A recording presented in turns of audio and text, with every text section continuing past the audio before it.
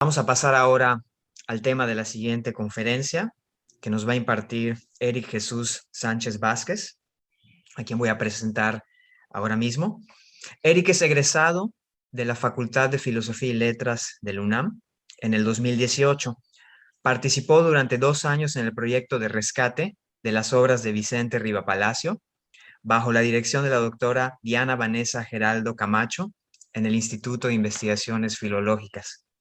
Actualmente está desarrollando la tesis titulada Una interpretación del lugar de la metafísica dentro del pensamiento de Carnap, a cargo de la maestra Norma Ivonne Ortega Sarazúa, a quien tendremos el privilegio de escuchar en esta mesa más adelante, y para obtener su título como licenciado en filosofía. Eric nos va a dar la conferencia El lugar de la metafísica en la filosofía de Carnap. Muchas gracias, Eric. Puedes comenzar en cuando desees. Hola, buenos días. Muchas gracias, Andrés. Comienzo. El lugar de la metafísica en la filosofía de Carnap. En el segundo número de la revista Ekernitz, 1931-1932, Carnap publica la superación de la metafísica mediante el análisis lógico del lenguaje. En este artículo, Carnap distingue dos funciones mediante las cuales el lenguaje enuncia los distintos objetos: la función representativa y la función expresiva. La primera permite representar los objetos a través de símbolos dentro de una teoría que puede ser justificada y verificada, mientras que la segunda hace posible la comunicación de emociones y sentimientos. El problema surge cuando se confunden los usos de las funciones lingüísticas, lo que da como resultado el surgimiento de pseudoproposiciones en la filosofía. El planteamiento de Carnap es que una vez diferenciados los tipos de función lingüística a los cuales pertenecen las oraciones, es posible determinar qué es una proposición de aquello que no lo es. Es decir, este método permite determinar qué oraciones poseen sentido de aquellas que no lo tienen, pero esta propuesta fue malinterpretada por Tomasini en La intolerancia semántica de Carnap, 1985. Y dos de las críticas que el pensador mexicano esgrime contra el vienés son: primero, que el principio de tolerancia carnapiano es sumamente intolerante; y dos, que a pesar de que la teoría de los marcos lingüísticos es buena, su poder explicativo se ve opacado por el principio sobre el que se asienta. Me parece que esto no es así, pues si bien la teoría de los marcos lingüísticos está basada en el principio de tolerancia, Tomasini no está tomando en consideración el desarrollo teórico que llevó a Carnap a proponer este principio, y quizás sea esto lo que hace al pensador mexicano que considere al vienés como un intolerante. Tomasini, 1985, página 3. Comienza explicando las bases teóricas de la filosofía de Carnap, abro cita. Como toda teoría, la de Carnap se funda en ciertas distinciones, clasificaciones y definiciones. En este caso, estas son realmente sencillas. A mi juicio, el todo de la doctrina de Carnap se compone de los siguientes elementos. 1. Una distinción básica entre dos clases de preguntas, internas y externas. 2. Una distinción entre dos modos de hablar, el formal y el material. 3. Una distinción entre decisiones teóricas y decisiones prácticas. 4. Un principio teórico semántico práctico, el principio de tolerancia. Y 5. Un principio estrictamente semántico, es decir, el de la verificación.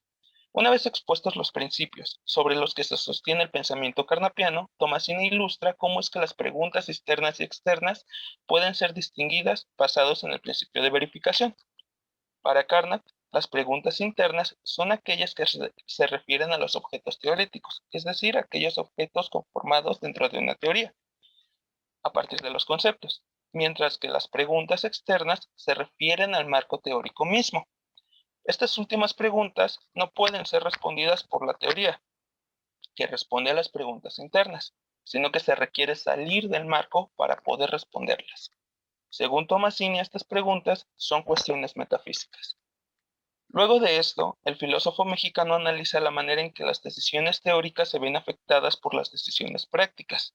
Una vez que se determina el método de verificación de una proposición, es posible establecer el dominio de objetos al que la teoría se refiere y así distinguir las preguntas internas y externas.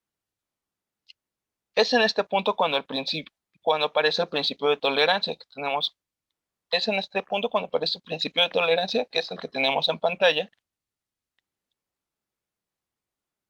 y que Tomasini enuncia de la siguiente forma: seamos cautelosos al hacer aseveraciones y críticos al examinarlas, pero tolerantes en permitir formas lingüísticas.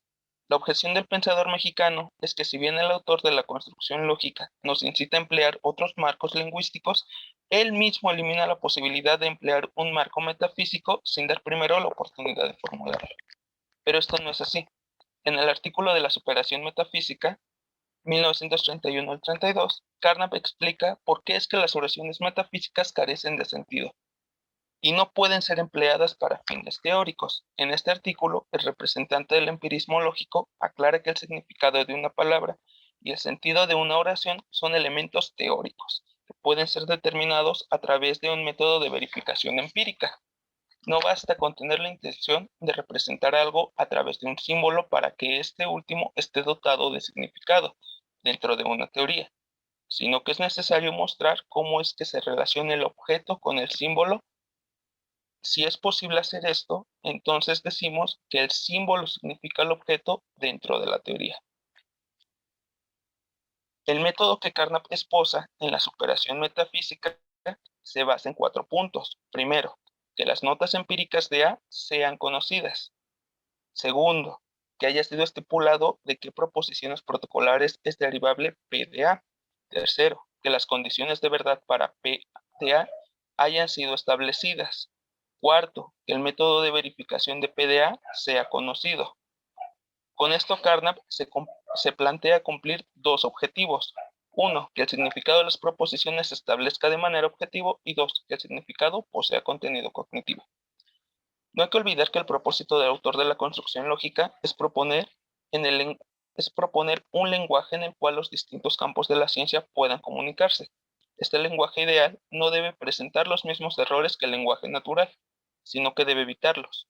La tesis de Carnap es que el significado debe poder ser verificado mediante la observación, y que el objeto teórico referido por un concepto debe estar contenido únicamente en las descripciones teóricas que conforman su significado. De esta manera, se espera evitar tomar expresiones lingüísticas que, ahora sí que valga la redundancia, que expresen cualquier otro tipo de contenido por proposiciones. Para Carnap, un concepto posee significado cuando describe o caracteriza un objeto. Abro cita. Una proposición científica solo tiene sentido si se puede indicar la referencia del nombre del objeto dado. Hay 2 maneras posibles de hacer esto. La primera consiste en un mero señalar el objeto que se indica. En un mero señalar. El objeto que se indica se hace perceptible al señalarlo por medio de una expresión apropiada. Por ejemplo, ese es el Feldberg. La segunda consiste en una descripción unívoca que llamamos caracterización. La caracterización no enumera todas las propiedades del objeto, con lo cual reemplazaría la percepción concreta, sino que apela precisamente a la intuición. Dicha caracterización no indica siquiera las propiedades esenciales, sino solamente tantas propiedades características como hagan posible el conocimiento unívoco del objeto referido, del dominio de objetos de que se habla. Por ejemplo, el nombre Feldberg se usa para designar la montaña más alta de la Selva Negra. Carnap, 1928-1988, página 23. En otras palabras, cuando dentro de un lenguaje determinado una palabra posee un significado, usualmente se dice que designa un concepto. Si este significado es solo aparente y en realidad no lo posee, hablamos de un pseudoconcepto. En su teoría, el filósofo vienés habla indistintamente de objetos y conceptos. Álvaro Peláez, 2018, página 72. Por lo que puede parecer que no tiene una idea clara de lo que se refiere por concepto, pero no es así, pues para él un concepto y un objeto son lo mismo únicamente dentro de la teoría de la constitución, debido a que la constitución de un objeto tiene que ser dada en forma lógica de una definición. Más precisamente, todo objeto que hay que constituir será introducido mediante una definición constitucional, ya sea como clase o como relación. Carnap, 1928-1988. Página 12. Respecto a lo que Carnap entiende Con definición constitucional, Peláez explica que es, abro cita, una regla de traducción que indica cómo una función proposicional en la que aparece un signo A puede ser transformada en una función proposicional coextensiva en la que ya no aparece aquel signo, sino solamente B y C. 2018, página 75. En palabras de Carnot, abro cita, un objeto puede ser reducido a otros si todas las proposiciones acerca de él pueden ser traducidas a proposiciones que ya solo hablan de los otros objetos. 1928, página 64. El ejemplo que Carnot usa para explicar esto es el siguiente. En la proposición x es un número primo es coextensiva con x es un número natural, que solamente puede ser dividido entre 1 y entre sí mismo. Con esto, el objeto o concepto número primo es reducido a los objetos número natural, 1 y divisor. Página 64, la superación de la metafísica. En el ejemplo de Carnot, la función proposicional x es un número primo refiere a los números primos que serán tomados como el signo A que Peláez menciona. Esta proposición es equivalente a la proposición x es un número natural que solamente puede ser dividido entre uno y entre sí mismo, ya que hablan del mismo objeto, lo que cambia en los signos que refieren al objeto. Los signos B, C y D, que corresponden respectivamente al número natural, divisor y 1, son los encargados de sustituir al concepto A, es decir, al concepto de número primo dentro de la nueva proposición. Es decir, para realizar la constitución de un objeto, es necesario que participen dos tipos de descripciones, la descripción de propiedades y la descripción de relaciones. Abro cita, la descripción de propiedades señala cuáles propiedades se le atribuyen a los objetos de un dominio determinado. La descripción de relaciones señala cuáles relaciones se presentan entre los objetos sin que se diga nada acerca de los objetos particulares. Carnap, 1928-1988, página 18. Para dar una idea más clara de cómo hay que aplicar el criterio de significación, Carnap se remite al caso de los términos científicos. En el caso de muchas palabras, específicamente en el caso de muchas palabras de la ciencia, es posible precisar su significado retrotrayéndolas a otras. Carnap, 1931, 1932, 2009, página 10. Siguiendo el ejemplo de Carnap, supongamos que se quiere analizar el término artrópodo y la definición es la siguiente. Abro cita, artrópodos son animales que poseen un cuerpo segmentados con extremidades articuladas y una cubierta de quitina. Carnap, 1932, página 10. La definición anterior del término artrópodo será considerada la proposición protocolar, de la cual partirá nuestro análisis. Es importante aclarar que en la superación de la metafísica, Carnap no define qué es una proposición protocolar, únicamente agrega. Se acostumbra a decir en la teoría del conocimiento que las proposiciones primarias se refieren a lo dado, pero no ha habido unanimidad en lo que respecta a qué es lo dado. Página 11. Puesto que en torno a esta noción existe un gran debate dentro del Círculo de Viena. Sin embargo, en el artículo sobre los enunciados protocolares que se publicó en el mismo año que la superación de la metafísica, el pensador explica por qué la definición anterior puede ser considerada una proposición protocolar. Usualmente en el procedimiento práctico de la ciencia se retrotrae enunciados de percepción, solo en casos críticos, mientras que la mayoría de las veces se está satisfecho con enunciados acerca de cosas observadas. Es decir, tomando estos enunciados como enunciados protocolares. Página 124. Luego, debe establecerse la proposición elemental, es decir, la estructura lingüística más básica en la que el término definido adquiere significado. Esta se presenta de la siguiente manera. X es un artrópodo. El concepto de esta proposición, es decir, artrópodo, debe estar contenido en la proposición protocolar, que es animales que poseen un cuerpo segmentado con extremidades articuladas y una cubierta de quitina. Lo que resta hacer, mediante el criterio de significación, es explicitar, primero, las palabras que conforman el contenido del concepto artrópodo, y segundo, mostrar cómo es que se infiere el significado de la palabra artrópodo de la unión de las palabras contenidas dentro de la definición. La definición constitucional exige que las palabras relevantes dentro de la definición intuitiva también sean representadas a través de sus proposiciones elementales. para realizar la inferencia. Esto se logra de la siguiente forma. X es un animal, X posee un cuerpo segmentado, X posee extremidades articuladas y X tiene una cubierta de quitina.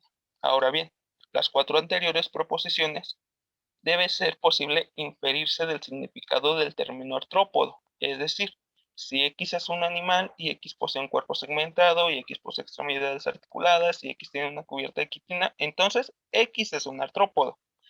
El objeto de la definición constitucional es establecer una relación biyectiva entre dos conjuntos, el conjunto de los términos y el conjunto del contenido de las vivencias.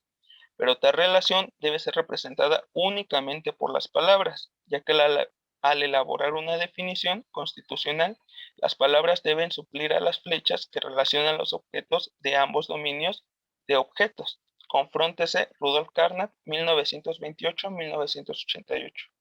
Es por ello que la forma de las proposiciones elementales es X es Y, en donde X y Y representan los objetos relacionados, mientras que es constituye la flecha que relaciona uno a uno a los términos de ambos dominios.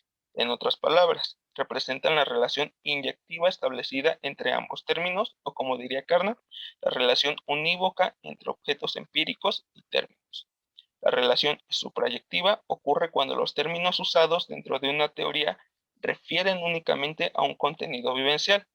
Si un término cumple con estas condiciones, puede ser tomado como el objeto que representa dentro del marco teórico en que se emplea. Entonces podemos asegurar que la relación expresada por medio de la estructura significativa es biyectiva.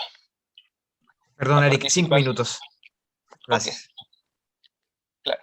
La participación de ambos tipos de descripciones se debe a que el primer tipo de descripción constituirá el contenido teórico vivencial del término, es decir, es la representación del signo, mientras que la segunda permitirá hacer la traducción de una proposición a otra. En otras palabras, sustituimos una función proposicional que se refiere a un objeto cualquiera mediante el término A por otra función proposicional que refiere al mismo objeto, pero ahora a través de los términos B y C que ofrecen una descripción más precisa del objeto constituido.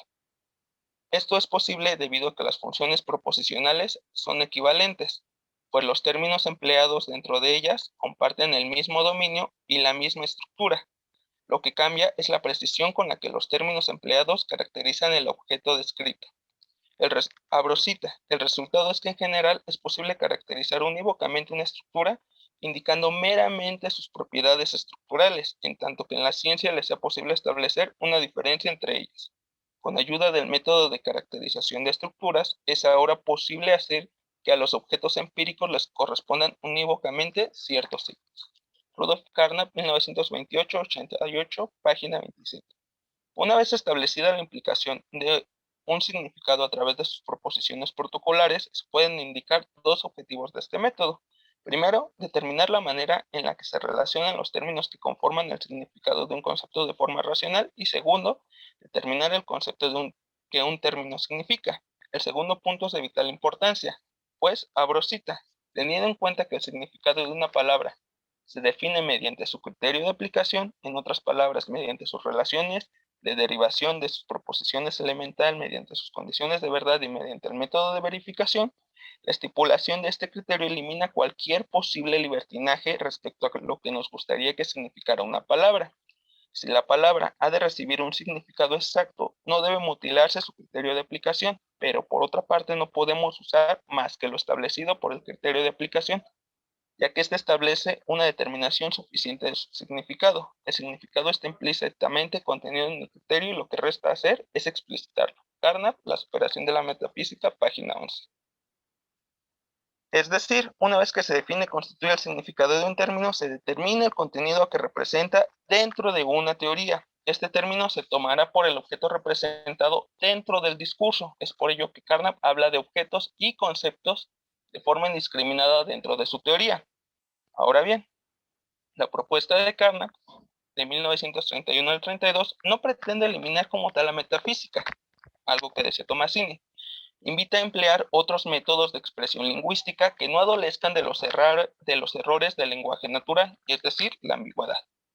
Pero me parece relevante señalar que a través de su propuesta el representante del Círculo de Viena menciona que si la metafísica comunica algo, tendrá un mejor lugar dentro de la función expresiva del lenguaje y no en la de la representación, ya que la metafísica transmite una visión o un sentir de la vida, mientras que la función representativa del lenguaje se encarga de representar a un objeto dentro de una teoría a través de símbolos.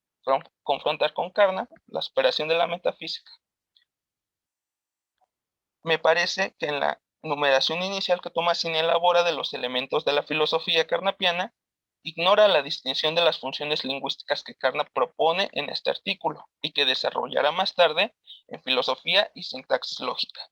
Creo que a la luz del pequeño escarceo teórico que realizo, el principio de tolerancia de Carnap puede interpretarse ya no como una norma restrictiva que obliga a eliminar cualquier otra forma de expresión que no sea la teórica, sino que sencillamente nos advierte que no cualquier oración afirmativa puede considerarse como una proposición, y que a pesar de tener la libertad de poder elegir alguna de las funciones lingüísticas, siempre podemos contar con el método crítico de análisis sintáctico que él propone para poder determinar si lo que enunciamos es una proposición o no lo es.